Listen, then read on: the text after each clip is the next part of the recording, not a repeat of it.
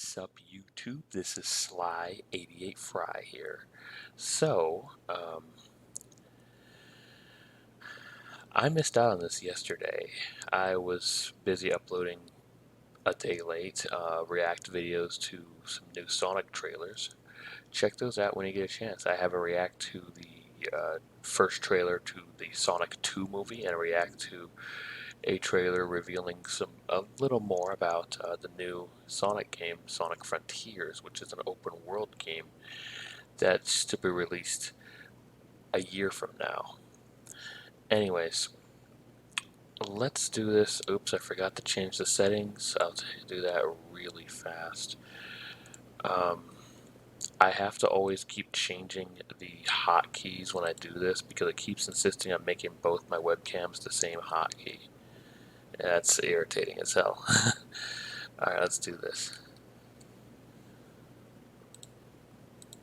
So, earlier this week I reacted to part 1 of the LJN 200th episode special from Angry Video Game Nerd.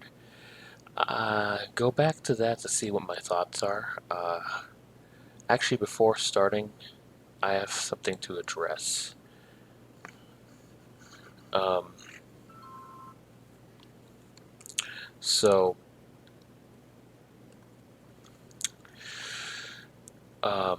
there's a passionate fan of Angry Video Game Nerd, and probably even Cinemassacre in general, who was commenting on my previous react, and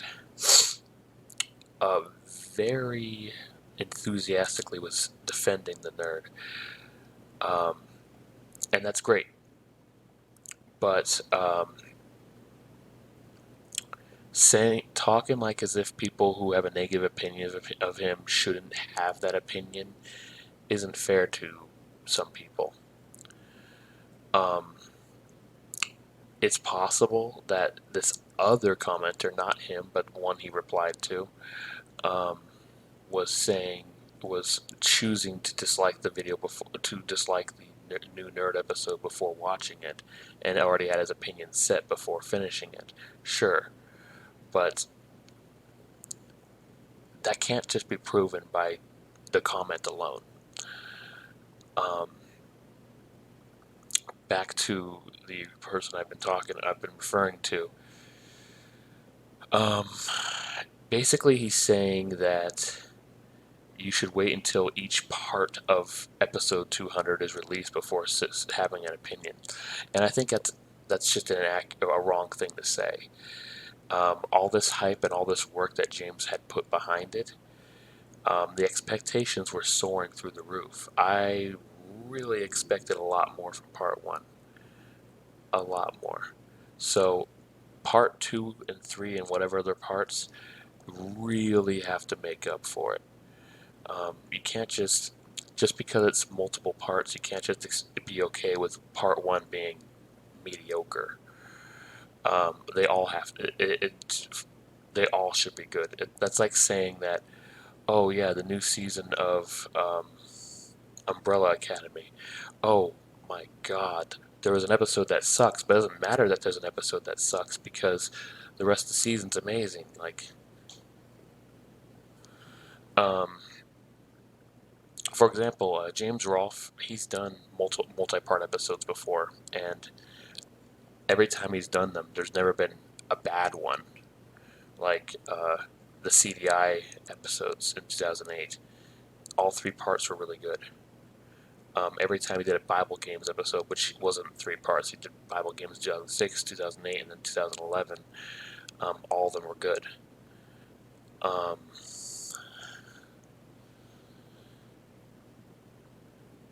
The Nightmare on Elm Street episode followed up the Friday the 13th episode really well, and then the Power Glove episode followed up the Nightmare on Elm Street episode really well. There was nothing, all of them were good. So I still think that if there's a multi-parter, you gotta, full ass it the whole way through. And in my personal opinion, it was kind of half-assed on part 1. But I'm sure it'll be better with part 2. Anyways, if you really want to know my opinion of part 1, check it out.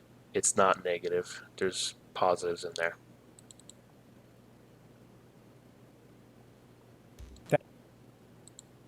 Yes, sirree. I don't know why I was acting all paranoid if I forgot to record the microphone or something. Thanks for watching. I think it was, yeah. To get 15% off site-wide. Sure, whatever. Previously on the Angry Video Game Nerd.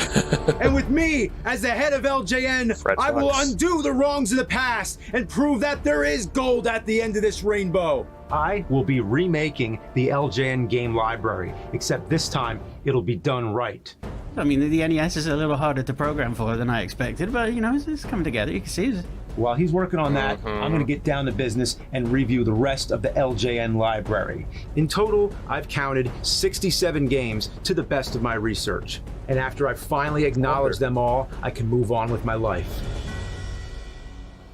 All right, let's continue. Once again, the mission here is to sample every LJN game. I've already taken care of the movie-based games, but now let's get into the sports games, which is a little bit of a problem for me because I don't know anything about basketball or baseball or football. So first is NBA All-Star Challenge on Super Nintendo. Yeah. From what I saw on the menu screen, it's only a bunch of one-on-one games. Graphics are good. The reflections on the floor are a nice touch, but this is no NBA Jam. Not very intuitive, and of course I don't know how to play basketball, but you'd think I'd be able to figure out a video game. Goaltending, blocking, traveling, what the fuck? I suck so much at... How do you do traveling in a video game, though? I mean, don't the characters just automatically dribble the ball? this. It's embarrassing. I'm making Michael Jordan look bad. Imagine if he was actually being controlled by some shitty video game nerd. Oh.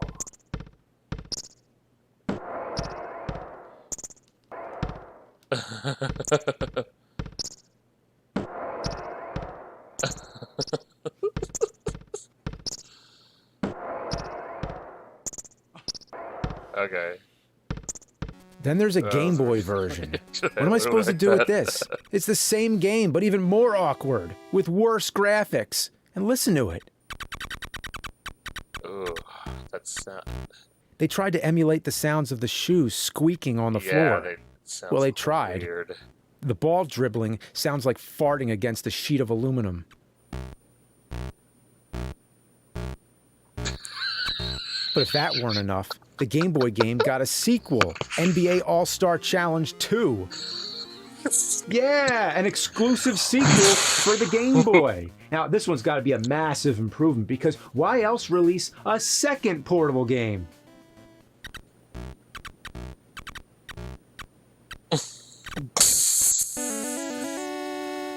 Looks like it's the same It's game. the same thing! Okay, they added audience in the background. Well, that makes it worth it, because that's what you want. Who wants to play a fucking game with no crowd? That's something I'd buy again, just to have the new special audience background edition. Or they could have just had the crowd in the first game! I was even flipping through the player stats, just to see if anything else changed. If Larry Bird gained a pound or some shit. Oh shit, his PPG average went up. I want to know that shit. Somebody's weight changes, buy it again. Somebody changes team, buy it again. Somebody's score changes, buy it again. New paint on the court, buy it again. Ah, sports! Ah! Now we're... My God, whoever did the people behind those basketball games are fucking idiots. Wow, wow. I'll be right back. I gotta take care of something.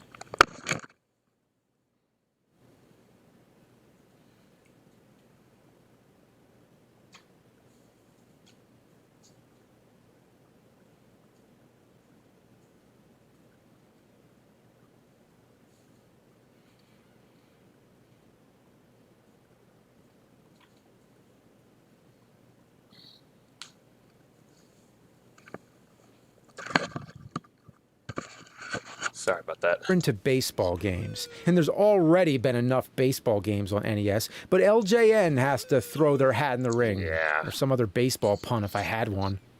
First there was Major League Baseball on NES. More like major shit. Major shit, yeah. I bet it's really bad. Whoa. Slow down here. What am I looking at?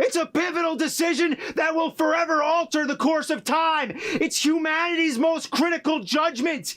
The fate of all existence depends on it. And now, at this major turning point, as you stand at the burning crossroads under the light of God and ask yourself, what'll it be? Grass or turf? That's a very important decision. Sure. Grass or turf, man?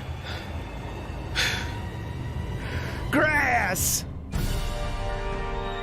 Okay, so after I picked the grass, the game eventually started for about 2 seconds.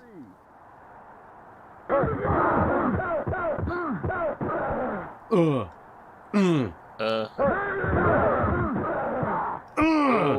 that was a bad right to Sir!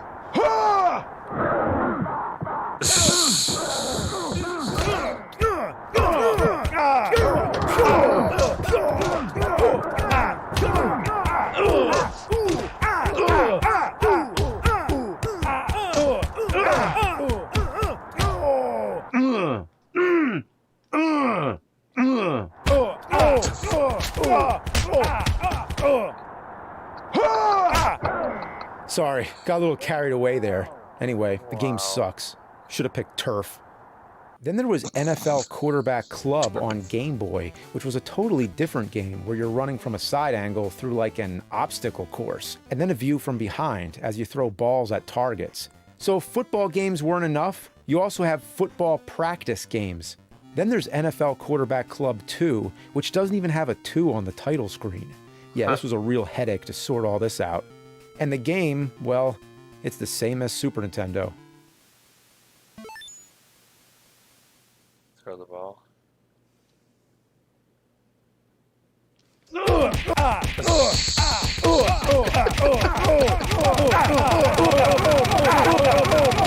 Let's check on Sam. Wow. Hey, nerd. Hey, how's it going? Yeah, it's coming along. Try it out. Uh-oh, he's in black. Okay. What? The clocks? Really? Clocks again? You know, time, isn't it?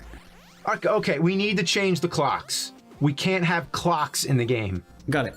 Right. Changing the clocks. No clocks. You didn't get the licensing, did you? The hoverboard, that we got that, it's pink and yellow. How are you supposed to control this? Yeah, so there's like an acceleration, deceleration thing going on there, so it feels kind of like actually hovering on a hoverboard. I'm still working on getting it to be actually playable. Yeah, playable, that would be something. Yeah, it'll get there. The holographic shark, what is going on with it? Okay, so the NES couldn't actually do like transparencies, so to make something look kind of transparent, you had a frame where you could see it and a frame where you couldn't see it. Couldn't see it, so it like flashes on and off. And if you put it on a really old CRT TV, it kind of looks transparent and you only get a tiny little bit of a headache. A tiny bit of a headache. Yeah. Okay, this really needs to get fixed. How much time do we have to finish this again? Plenty of time. We're good. No. All right. Well, that'll get straightened out.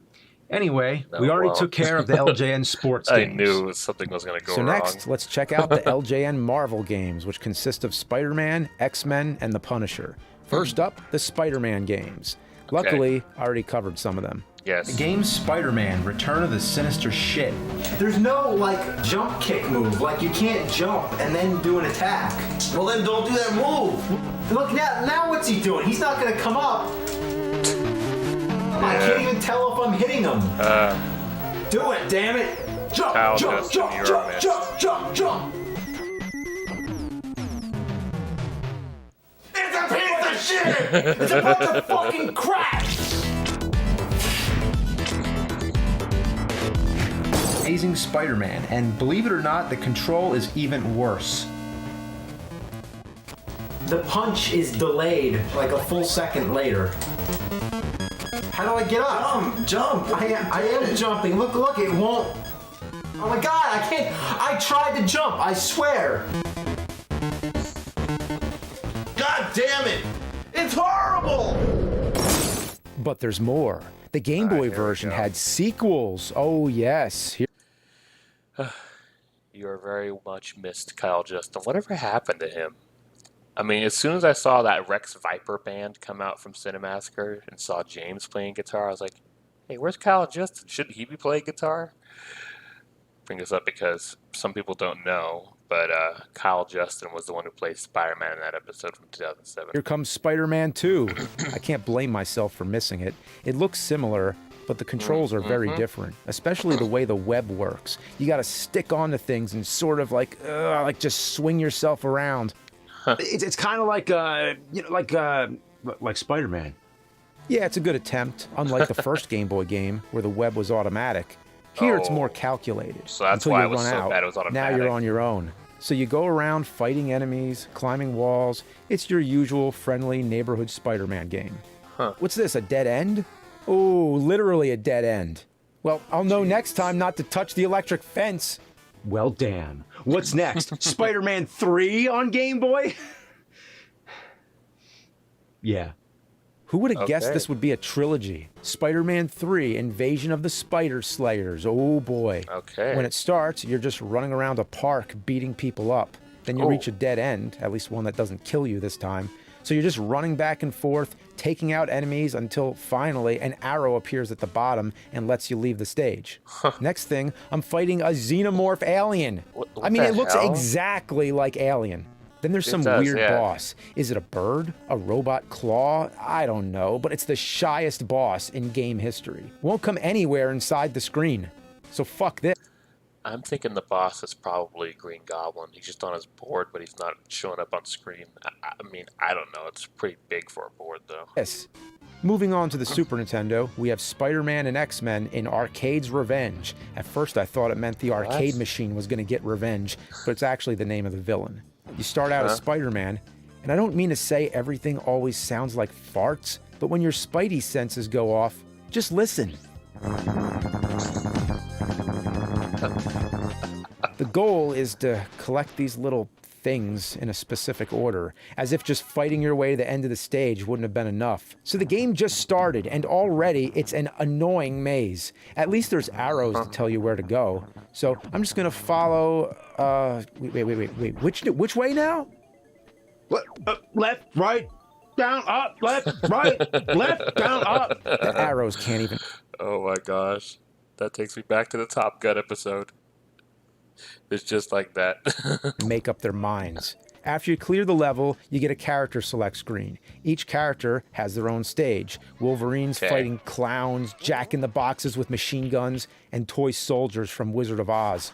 Storm's level is an underwater stage. I figured she'd be flying, not swimming.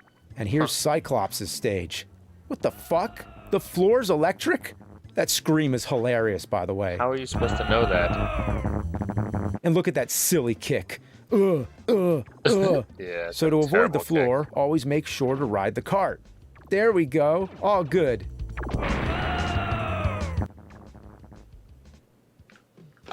What?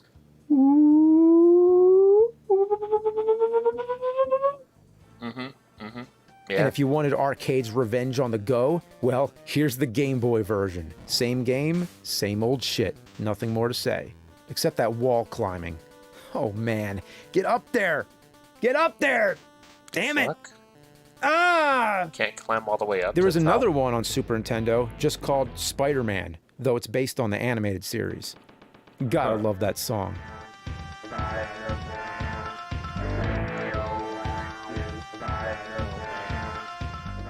It's another action game. It's colorful and appealing at first. Love Spider-Man's walk cycle. Walking like a tough guy. Reminds me of Henry Hawk. You can even punch computers. Make him explode. Yeah, that's how I feel whenever my computer gives me shit. What's this? Am I standing on an NES console? Anyway, you just gotta go around fighting enemies. Seems all fine and dandy till you come to this barricade. Motherfucker. I tried kicking it over and over till finally I managed to knock it down. Persistence and luck. But there was one more LJN Spider-Man game on Super Nintendo that I covered already. Let's end with Spider-Man Maximum Carnage on Super Nintendo. Everyone says I should play this one, as if I haven't already played enough Spider-Man games. Well, it's a Yeah. beat-em-up game. Monotonous, but fun. The controls are responsive, and the hit detection works fine. It can be a little frustrating, but not too bad. And the music is upbeat and energizing. I found a good Spider-Man game. Yeah. Who made this game?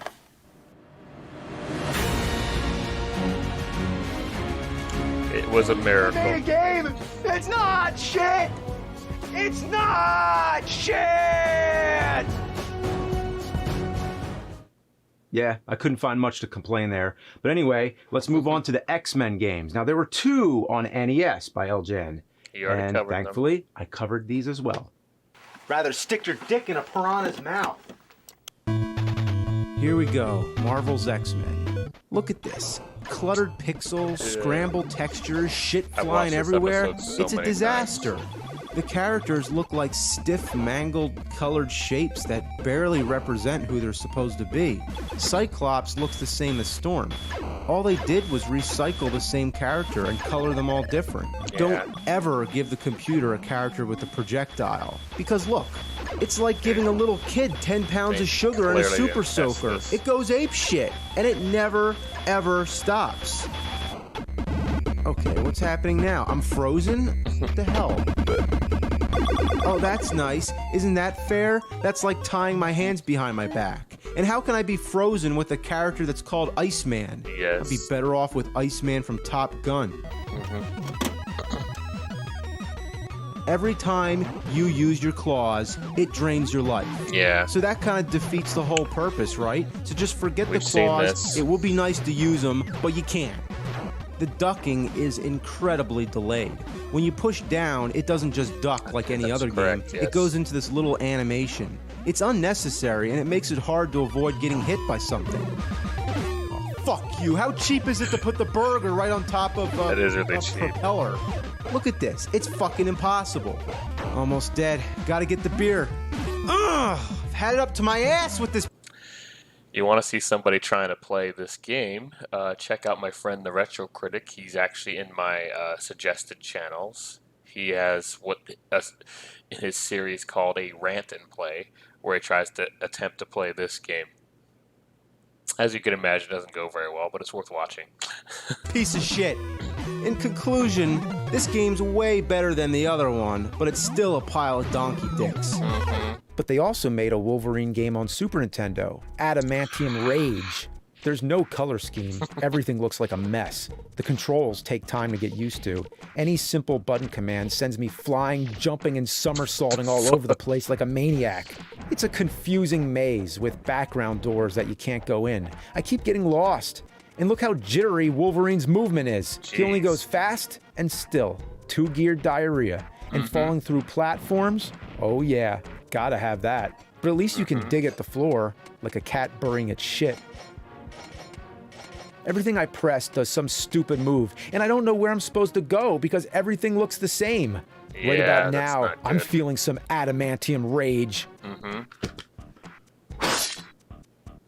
Next If up, only. The Punisher. I once made Pat play this game, but I've never actually reviewed it myself. Okay, But that's because Pat there's gave me a almost fun nothing played to it. say. It's just a crosshair point-and-shoot game. It's so bland, it doesn't even have music most of the time.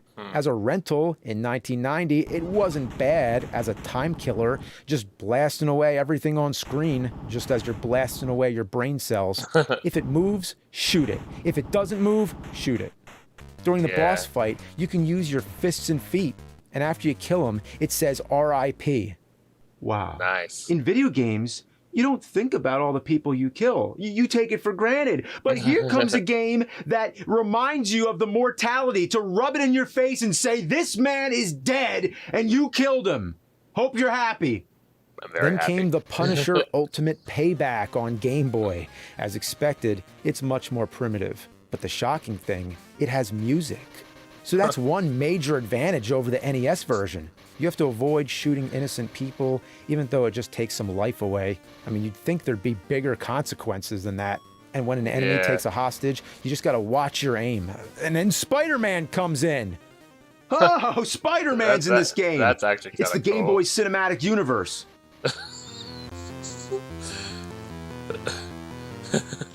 And that covers the The Marvel Game Boy games. Cinematic Universe. All right, Sam, how's the game coming?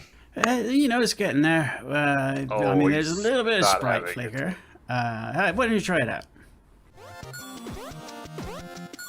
Hourglasses? But you said no clocks. No! We need something else. Sundials? Oh my god. Wait. Death blocks? Oh, these remind me of something. Yeah, Well, see, that AVGN would be a thing called developer difficulty, where if you are testing your own game 24 hours a day, 7 days a week, and not sleeping, you get really good at it, and so the game ends up like way harder than you think it is. Yeah, we need to tone down the difficulty. It's okay. We got a focus group lined up. Universal's done it for us. Wait, Right. everything's flickering. I told Yeah, you that it would be. that's the NES. Can't do too many sprites on the screen at once, otherwise it starts flickering. I'm still working on the solution for that one. Okay, I can't even control which way I'm supposed to be going. Okay, well, My maybe goodness. can we move on to another console? That would entail starting over from scratch. Yeah, All right, keep it on the NES. Get it fixed. I knew it was gonna be a disaster. What were you thinking? Ah! Yes. Also, too big food. It is it is a three-parter. What were you thinking? Yes. I can't believe you wanted him to do a remake of Back to the Future in so little time. I mean, it looks good at the end of the part one. It did, and even had a really nice sounding NES version of Power of Love, but yeah, you can tell he stopped using that song because he can't get the rights to it. He can't get the rights to anything. I mean, come on, there's not enough time for that. Do you have any idea how long it takes to negotiate getting the rights for like anything? That's why there's such a thing as fair use, because it would just take too long to always keep asking permission. As long as you don't blatantly steal something and all you do is just parody it, it's considered fair use, or review it. That said, that was quite a blast, actually. Huge improvement over part one. Huge improvement. I guess, like I kind of explained earlier, and I do recommend you still watch my react to part one, but I was a little disappointed. This time I was pleasantly surprised, and it was entertaining all the way through because he didn't do much recapping. I mean, it helps that he reviewed sports games by LJN because he doesn't really review sports games, and this was a lot better than when he reviewed Atari Sports. That football ramming into things, that was really funny. That really was, because now I'm a nerd. I love video games, but I don't do it so much nowadays. But I used to watch a lot of sports as well, and my nerdness actually creeps into the sports too because I pay a lot of attention to statistics. Like I actually kind of pay more attention to that than watching the games. For example, the Raiders, now the Las Vegas Raiders, they're no longer the Oakland Raiders. You traitors. It used to be only an hour southeast from me. Now you're like, I don't know, like 11 or 12 hours to the east, all the way in Las Vegas. But anyway, people like to complain about the starting quarterback, Derek Carr, for example. And they'll say that, man, he sucks. He keeps screwing up. And it's like, it's easy to blame the quarterback due to a lack of success for the team because that's the most important position, but it's not really his fault. One issue the Raiders have had over this past decade that has led to inconsistency, not decade, but like this past decade, yeah. But one thing that's led to like inconsistency lately is the fact that their defense just can't stop anybody from scoring. So their offense just has to keep scoring and scoring to actually win games. So Derek Carr actually has to like pretty much carry the entire team on his shoulders because he has to always keep throwing touchdowns all the time. And eventually, if you're going to be passing the ball so often, you're going to make a mistake and throw an interception. It's just inevitable. Tom Brady has thrown a lot of interceptions in his career, not compared to how many touchdowns he's thrown, but yeah, Brett Favre, who used to have the most touchdowns of all time, was surpassed by Peyton Manning, then later surpassed by, I think, Drew Brees and then Tom Brady, I think. Um, Brett Favre has the most interceptions of all time as well. So you throw the ball enough, you're going to make a mistake. That's just a fact. But I've looked up the stats for Derek Carr, and he's actually not bad. If you go to NFL.com, look up his stats, he's still really damn good. He just he has to. It's just that he has to do all the work, so he ends up making a mistake every now and then. Um, but yeah, that's just an example of how I pay a little more attention to the stats than actually watching the games. For another example, Colin Kaepernick, some people said that, oh, no team wants him because he's not talented enough. But it's like, well, it's easy for you to say that when his last 49ers team in 2016 was 2-14, 2 wins, 14 losses. But if you looked up his statistics, they were actually really good, despite being on a really bad team. It's just that the team around him was terrible, you know. But I don't want to get into the Kaepernick argument in this video. And I've already actually discussed that in a video I uploaded right here to this channel in 2018, if you'd like to check that out. But anyways, back to AVGN games. This was a terrific episode. I was disappointed in part one because a lot of what I saw was just a recap of previous episodes, and I just wasn't really into that. I was like, stop showing the old stuff, just show the new stuff. And when he started showing his older clips, I was like, you don't actually have to show them. I've seen these episodes like 100 times. I don't need to see these clips. It's not 100 times, but I've seen them a lot. Just show new stuff.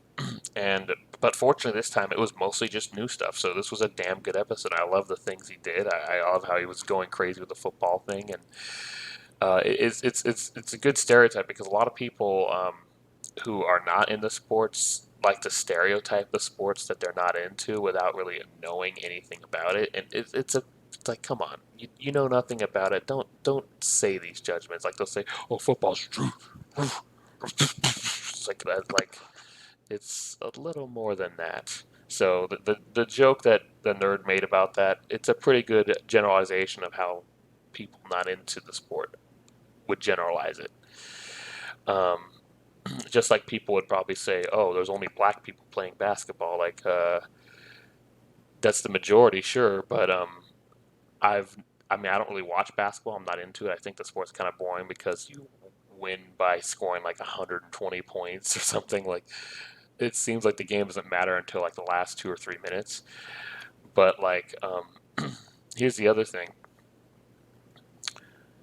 Basketball is actually a lot more diverse than people realize. I mean, and also there's plenty of white people playing. It's just more common to see someone black playing. And I'm not exactly sure what the reason is. I probably just living situations, how they've been raised and stuff. I'm not sure, but people like to generalize. There are some Asians who are really good at basketball. Jeremy Lin back in the about a decade ago. Before that was Yao Ming. That guy was a monster. He was a tall, massive man. Holy crap. Hockey is probably the one that's like the most single race. Like, as far as I know, there's like 4 black hockey players, and there's everyone else is white. But what you don't realize is that there's a lot more diversity than you think. There's people from all kinds of countries. It's just the countries are majority white. It's not just Canadians who are good at hockey. There's a lot of Americans good at hockey, usually up in the northern states, like in Minnesota, Wisconsin, Detroit. But there's a lot of people in various parts of Europe that are really good at hockey. So it's a lot more, even though it's mostly white, it's actually very diverse in terms of culture and what countries they're actually from. um, but yeah, people like to really judge things without really understanding them. Um, I know there's stereotypes for baseball too, although some of them are warranted, like how they seem to kind of be stuck in their old ways sometimes. But they've been adapting with the times. There's instant replay. There's you can actually challenge a call and actually get legitimate instant replay in there, like what football does with challenging things. Anyways, moving on. I'm talking about sports. God damn it, sports. Fucking sports. I'm really happy that he also that the fucking nerd also tackled more Marvel games. I guess DC lucked out by not having LJN involved. It's just Marvel, right? Were there any LJN DC games? I sure hope not. um. Anyway, I gotta say, just this episode was really good. It was a huge improvement over part one. So I'm really pleased by that. I'm disappointed in how part one was, but I'm really pleased with part two. It was really solid. I'm looking forward to part three. I gotta say, I love that I get to see the development of that game over time. Um, it's gonna be a disaster. I totally called it. Like that was. I mean, I think most people did. I think it was pretty obvious. He didn't give much time to develop the game, and how do you get the rights to do this and that and that? It takes a long time, you know. Um, anyways, check out my react to part one. You'll see that the game was actually better on part one. He wasn't in the black shirt like he was in part two. Um, but that said, thank you so much for watching. Please like, comment, and subscribe, and click that bell icon to add me notifications. Thank you so much.